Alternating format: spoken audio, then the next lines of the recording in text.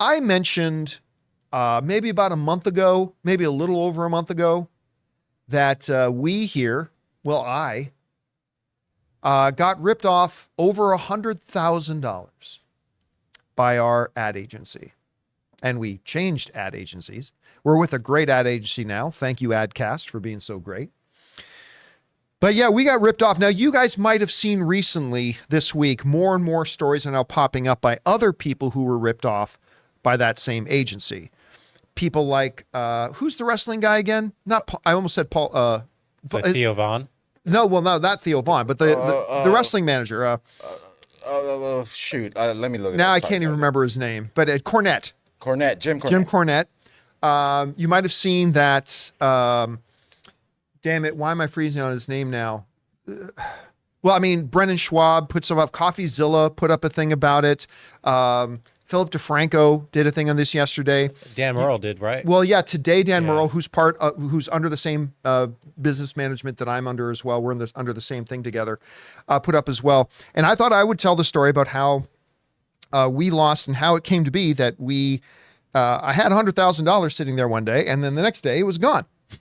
And how did that all happen? Guys, we want to take a second to thank a sponsor of today's video, Rocket Money. Did you know that the average person has around 12 paid subscriptions and they might not even remember to subscribing to half of those? If you have no idea just how much you're spending each month, you need Rocket Money. It's this great app that tracks all of your expenses so you know exactly where your money is going. I recently just found out that over 80% of people have subscriptions that they've completely forgotten about. Seriously, think about how many free trials you subscribe to that you just probably never canceled. And that's why I'm such a big fan of Rocket Money, because I was one of those people. When I signed up to Rocket Money, I was stunned to find out that a gym I had belonged to in another city I lived in, I had still been paying my dues to for over 2 years. Also, that music subscription service I use, I forgot I was subscribed to 2 other ones. That's where Rocket Money comes in, because Rocket Money is a personal finance app that finds and cancels your unwanted subscriptions, monitors your spending, and helps you lower your bills all in one place. With over 3 million users and counting, Rocket Money customers have saved on average of $720 a year. So stop wasting money on things you don't use. Cancel your unwanted subscriptions and manage your money the easy way by going to rocketmoney.com/Campea. That's rocketmoney.com/Campea. rocketmoney.com/Campea.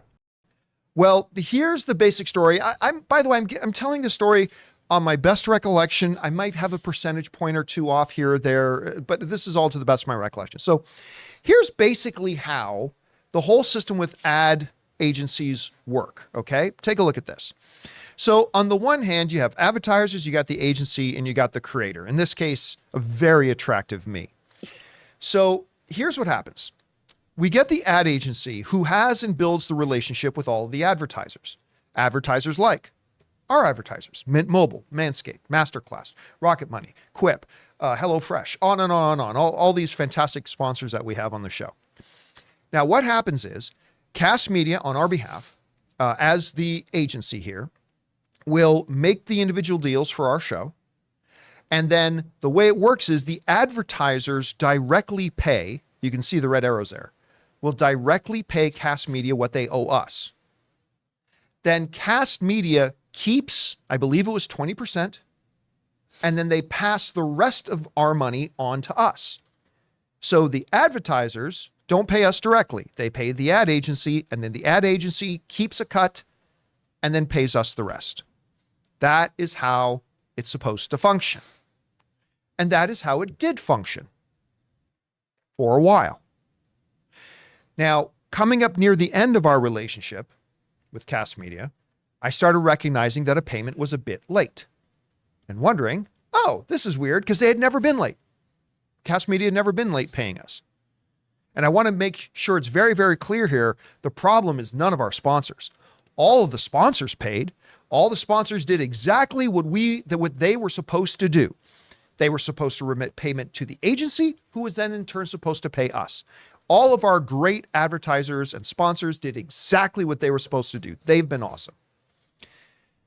But we noticed it was a little bit late. And it got to the point where we sat down, me and my business guy, we looked at the books. It's like we were owed over $100,000. Not a lot over $100,000, but over $100,000. And that's when we started to find out that Kast Media was in a lot of financial trouble. And we were like, okay, Now, this is where it got really shady, okay? Because under normal circumstances, when a company like Kast or others may owe you money, they'll want to start to discuss how we're going to pay you back and all that kind of stuff. They'll at least try. They'll at least, right? But this is where it got kind of shady. See, Kast Media, because they were in financial trouble, it came out, and you can take a look at this, that they were going to sell themselves to a very big podcasting company. I'm sure many of you have heard of them, to a much bigger podcasting organization called Podcast One. All right. So Kast was going to sell themselves to Podcast One, but here's the catch. Podcast One was only going to go through with the acquisition if at least 70% of Kast Media's clients, I being one of them, also re-upped with Podcast One. If we would sign an agreement that said, yep, we'll stay on for, it was a 2 to 3 year agreement. I can't remember which, but it was either 2 or 3 year commitment that said we were going to stay on and we were going to work with Podcast One. And here's what Kast Media said to us when I would go to them. Yeah, but guys, you owe us $100,000. Their response was essentially, yeah, and you know what? Good news. We think we can get you your $100,000 if you'll just sign this 2 to 3 year commitment sheet that you'll stay on with Podcast One. Like, but what if we don't want to? And by the way, this is no shade being cast on Podcast One. They're a wonderful company, as far as I know. But it's like, what if we don't want to go with Podcast One? Oh, well, that would be a shame because then we can't guarantee that you get the money that you're already owed. And we're like, huh, all right. And then I start thinking, well, maybe going with Podcast One wouldn't be such a bad idea. Then that's when the real shit started dripping out of the underwear, because then this is what they say to me. When I go, okay, so if we did this, theoretically, if I did sign up with this extension with Podcast One, who's a good company, how fast will I get this money that I'm owed? And they're like, oh, well, this is the best part. Like, we'll give you like, and again, I might be off by a few percentages here and there and a little bit of the timing, so forgive me, but I'm giving this the best of my recollection. We'll give you like 10 to 20% of the money you're owed, and then we will pay off the rest that we owe you over the course of the next 2 years. And 50% of what we owe you, instead of giving you cash, we'll give you stock or shares in Podcast One. And I'm like, so even under this situation that I don't want, you're saying you would pay me if I signed this 2 to 3 year commitment, which I don't want to sign. But even if I do it, you're only going to give me 10 to 20% of what you owe me, the rest of which you're saying you're going to pay me back, but over the course of the next year or two. Oh, and even then it's only about half of it, because the other half you're going to give it to me in stock, which could be useless tomorrow.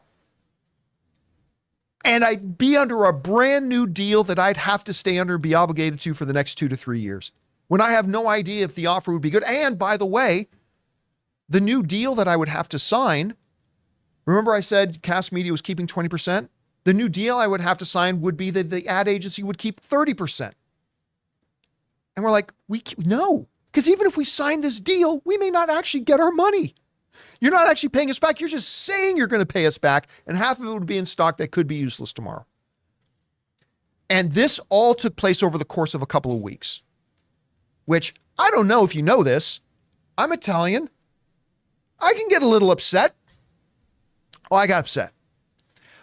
Thankfully, after all that, we just decided, you know what? It sucks. I am not in a position that I can just take $100,000 hit out of nowhere, but taking the $100,000 hit is a better alternative to what we'd have to enter into under very nebulous circumstances with very shady people. Not Podcast One, but with whatever terms Kast. And at that point, I didn't even believe anything Kast was telling me. I couldn't believe anything that they would say. So ultimately, decided to bite the bullet. We signed on with the fabulous ad agency we're with now called Adcast. Thank you so much to you guys who've maintained our relationship with all of our sponsors and our fantastic. Listen, we have so many sponsors, it's crazy. Like, we have way more sponsor than any other show out there that's our size.